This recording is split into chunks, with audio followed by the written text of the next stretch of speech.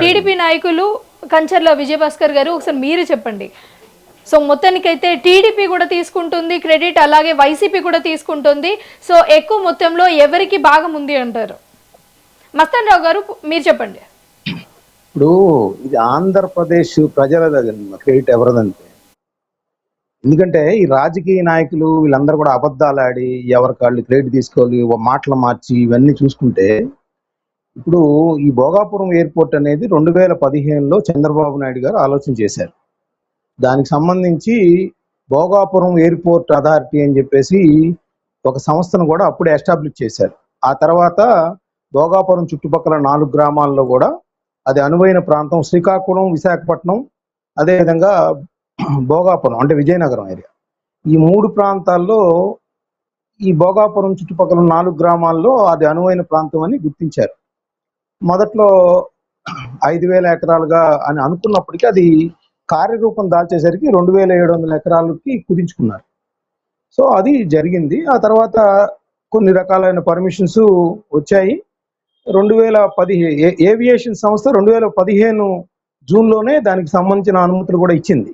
అయితే దానికి సంబంధించి పర్యావరణ కావచ్చు, భూసేకరణ కావచ్చు, అవన్నీ కూడా 2017లో ప్రారంభమయ్యాయి. 2017లో చంద్రబాబు నాయుడు గారు ఆ విజయనగరం జిల్లా కలెక్టర్ ద్వారా భూసేకరణకు ప్రయత్నించినప్పుడు అక్కడ ఏం జరిగిందంటే, ఆ గ్రామాల ప్రజలు మేమందరం కూడా భూములు ఇవ్వమని చెప్పారు.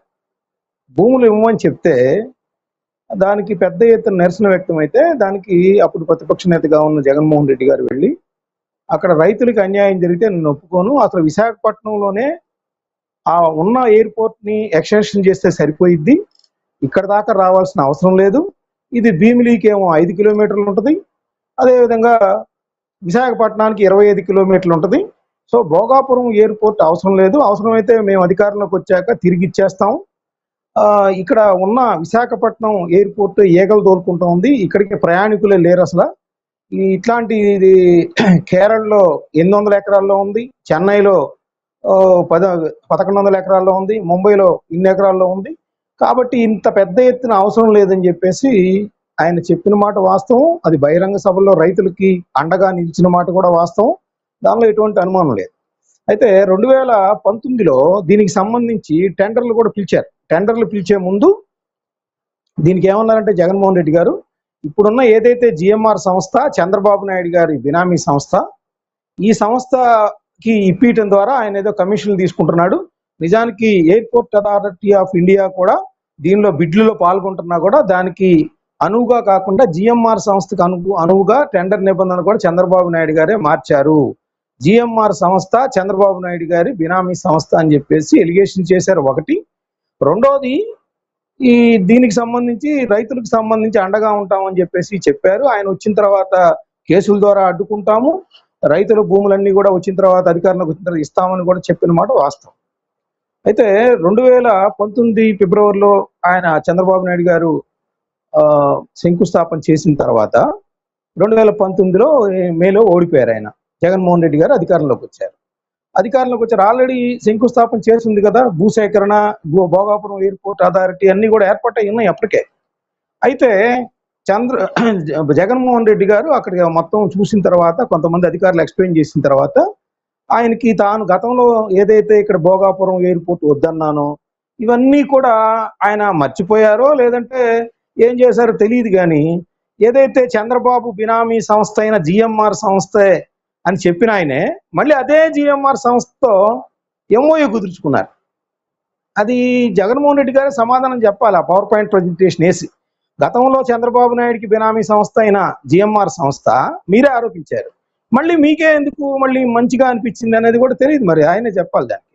సో ఆ తర్వాత ఏమైంది, 2019 నుంచి కొంతకాలం జాప్యం జరిగింది. పర్మిషన్లు రావటం కానీ, లేదంటే కోర్టు కేసులు కానీ, అవన్నీ కూడా అంతకుముందు వైఎస్ఆర్సీపీ వాళ్ళు వేయించినవే కేసులు కూడా, ఎందుకంటే రైతులకు అన్యాయం జరగడానికి వీల్లేదని వేయించారు.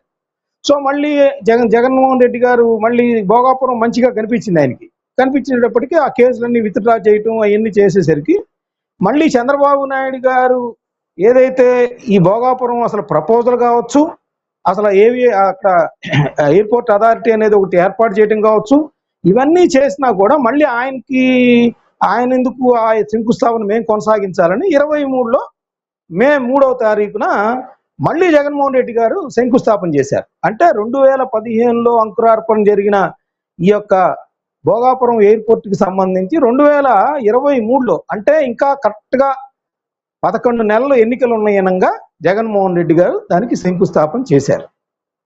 సో అప్పటి నుంచి కూడా కొన్ని కార్యక్రమాలు జరిగినాయి ఆ సంవత్సర కాలంలో. ఆ తర్వాత కూటమి సర్కార్ 2024 మేలో అధికారంలోకి వచ్చింది. ఇప్పుడు మనం 2026 ఆగస్టులో ఉన్నాం. సో ఈ 2 సంవత్సరాల 3 నెలల కాలంలో అప్పుడు కావచ్చు, గతంలో 2014-19 మధ్య అశోక్ గజపతిరాజు గారు విమానయాన శాఖ మంత్రిగా టీడీపీ నుంచి ఉన్నారు. ఇప్పుడు కూడా కింజారపు రామ్మోహన్ నాయుడు గారు విమానయాన శాఖ మంత్రిగా ఉన్నారు. వీళ్ళు ఇద్దరం ఉండటం వల్ల కూడా కొంత ఫాస్ట్ గా వేగంగా నిర్మాణ పనులు అనేది జరిగిన కూడా వాస్తవం. ఈ రోజు రైట్ మోడీ మస్తాన్ గారు కూడా గారు, చెప్పారు. ఉత్తరాంధ్ర అంటేనే ఎక్కువగా గిరిజనులు ఉంటూ ఉంటారు, లేకపోతే సామాన్యులు ఉంటూ ఉంటారు. సో ఒక ఇంటర్నేషనల్ ఎయిర్పోర్ట్ అనేది వాళ్ళకి నిజంగా యూజ్ అవుతుందంటారా? అసలు మీరు ఇక్కడ గమనించాల్సింది ఏంటంటే, విశాఖపట్నం ఎయిర్పోర్ట్ అనేది అంతర్జాతీయ విమానాశ్రయం పేరుకే గానీ రాత్రిపూట విమానాలు రావు అక్కడ. ఎందుకు రావంటే అక్కడ అది నేవీ కంట్రోల్లో ఉంటుంది. సో రక్షణ విభాగానికి సంబంధించింది కాబట్టి నేవీ కంట్రోల్లో ఉండేది. రాత్రిపూట విమానాలు రావు అక్కడ. సో రాత్రిపూట విమానాలు రావు కానీ పేరుకి అంతర్జాతీయ విమానాశ్రయం. ఇప్పుడు హైదరాబాద్కి శంషాబాద్ ఉంది అంతర్జాతీయ విమానాశ్రయము. మరి ఇక్కడ కూడా ఆంధ్రప్రదేశ్కి కూడా విభజన అనంతరం ఒకటి అవసరం కదా. సో ఇదేటు నేవీది కాబట్టి ప్రత్యామ్నాయంగా ఇంకోటి నిర్మించాలనేది కేంద్రం కూడా ఇప్పటి నుంచో ఆలోచిస్తూ ఉంది. సో అందుకనే అసలు గిరిజనుల కోసం అది కట్టలేదండి, గిరిజనుల కోసం కాదు అది. అక్కడ సముద్ర తీర ప్రాంతం, ఆక్వా ఉత్పత్తులు, ఫిష్ మత్స్యకార ఉత్పత్తులు ఉంటాయి. తర్వాత ఫార్మాసిటీ ఉంది అక్కడ. రేపొద్దున గూగుల్ డేటా సెంటర్ రాబోతుంది. ఇంకా ఐటీకి సంబంధించిన అనేక ఉత్పత్తులు, అనేక ఉద్యోగాలు అక్కడ రాబోతూ ఉన్నాయి. సో అక్కడి నుంచి కూడా వేరే దేశాల నుంచి కూడా లేదా వేరే రాష్ట్రాల నుంచి కానీ ఇక్కడికి చాలా ఇప్పుడుగా చాలా మంది లక్షల్లో ప్రయాణికులు వచ్చే అవకాశం ఉంది. ఇది గిరిజనుల కోసం అయితే కట్టింది కాదు, మొత్తం ఆంధ్రప్రదేశ్ కి సంబంధించి అంతర్జాతీయ విమానాశ్రయం అనేది పాయింట్. రెండోది, ఇందాక ఒక విషయం చెప్పారు, అసలు మన రాష్ట్ర ప్రభుత్వం ఏం బడ్జెట్ కేటాయించక్కర్లేదండి, ఒక్క పైసా కూడా. ఓన్లీ మౌలిక సదుపాయాలకు మాత్రమే ఖర్చు పెట్టాలి. మిగతా మొత్తం ఎయిర్పోర్ట్ నిర్మాణ పనులన్నీ, లోపల ఉన్న పనులన్నీ కూడా జిఎంఆర్ సంస్థే 4,000 కోట్ల రూపాయలకు పైగా ఖర్చు పెట్టే పరిస్థితి కూడా అక్కడ ఉంది. వాళ్ళది ఒప్పుకున్నారు, ఎంఓయూ ద్వారా ఒప్పుకున్నారు. 30 ఏళ్ల పాటు దాని మీద ఆదాయం అంతా వాళ్ళు పొందుతారు. సో రాష్ట్ర ప్రభుత్వం ఏమి ఆ మౌలిక సదుపాయాలకు తప్ప, లేకపోతే పర్మిషన్లు, లేకపోతే అక్కడ స్థలం సేకరించి ఇవ్వడం తప్ప మిగతా అంశాలు ఏవి రాష్ట్ర ప్రభుత్వానికి ఏం సంబంధం లేదు.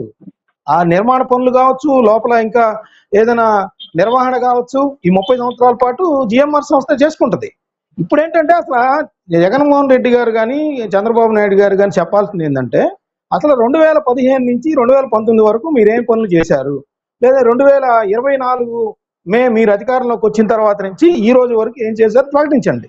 జగన్మోహన్ రెడ్డి గారి టైంలో ఏం చేశారనేది ఆయన ప్రకటిస్తారు. ఇప్పుడు ఏమవుతుంది, ఎవరి అనుకూలంగా వాళ్ళు డేట్లు వేసుకొని గీవోలు అని చెప్పుకుంటున్నారు తప్పితే అసలు మొదలెక్కడిది అయింది, ఎవరి ఆలోచన ఇది, ఇవన్నీ ఎవరు చెప్పట్లేదు. రెండోది, జగన్మోహన్ రెడ్డి గారు సమాధానం చెప్పాల్సింది ఏంటి, అసలు మీకు చంద్రబాబు బినామీ సంస్థ అయిన జిఎంఆర్ సంస్థను మీరే ఆరోపించారు. మరి అది మీకెప్పుడు మీకు అనుకూలంగా మారిపోయింది? మీకు అదే జిఎంఆర్ సంస్థ మంచిగా ఎందుకు కనిపించింది మీతో మాట్లాడగానే? ఒకటి. రెండోది ఏంటంటే, అసలు ఏగలు తోలుకుంటారు, విశాఖపట్నం సరిపోయిద్దనా అని చెప్పారు కదా మీరు. మరి ఆ చెప్పిన మాటలన్నీ అవాస్తవమా? మరి వీడియోలన్నీ తిరుగుతూ ఉన్నాయి. మరి అదేవిధంగా అసలు చెన్నైలో ఇంత ఉంది, ఇంకో చోట అంత ఉంది అని చెప్పింది కూడా మీరే. మరి ఆ మాటలన్నీ అబద్ధాలా, నిజాలా? లేకపోతే మీరు ఏదో యథాలాపంగా చంద్రబాబు గారిని విమర్శించాలని చెప్పారా? ఇవన్నీ కూడా జగన్మోహన్ రెడ్డి గారు సమాధానం చెప్పాలి. సో నేననేది ఏంటంటే, ఈ క్రెడిట్ చోరీ ఇవన్నీ తీసేస్తే ఆంధ్రప్రదేశ్ ప్రజలకు సంబంధించిన ఆస్తిది, వీళ్ళ జేబుల్లో డబ్బులు కాదు, చంద్రబాబు నాయుడు జేబులో డబ్బు కాదు, జగన్మోహన్ రెడ్డి జేబులో డబ్బు కాదు. ఎందుకంటే ఆయనకి హెరిటేజ్ ఉంది, ఈయనకేమో భారతీయ సిమెంట్స్ ఉన్నాయి. ఎవరెవరి జేబుల్లో నుంచి ఇక్కడ పెడతారు. ఇది ప్రజల ఆస్తి కాబట్టి వీళ్ళు ఏదో క్రెడిట్ చోరీ ఏదో మాకేదో చేసేసామని చెప్పుకోవాల్సిన అవసరం ఏం లేదు. అయితే ఇక్కడ 2015 నుంచి 2026 ఈ రోజు వరకు జరిగింది 2 రాష్ట్ర ప్రభుత్వాల హయాంలో జరిగింది. 3 రాష్ట్ర ప్రభుత్వాలు అంటే 14-19 ఒక రాష్ట్ర ప్రభుత్వం ఉంది, అదేవిధంగా 19-24 మధ్య ఇంకో పార్టీ అధికారంలో ఉంది. సో టోటల్ గా ఆంధ్రప్రదేశ్ ప్రభుత్వమే ఈ పనులు చేస్తుంది అనేది కూడా అందరు గుర్తుంచుకోవాలి.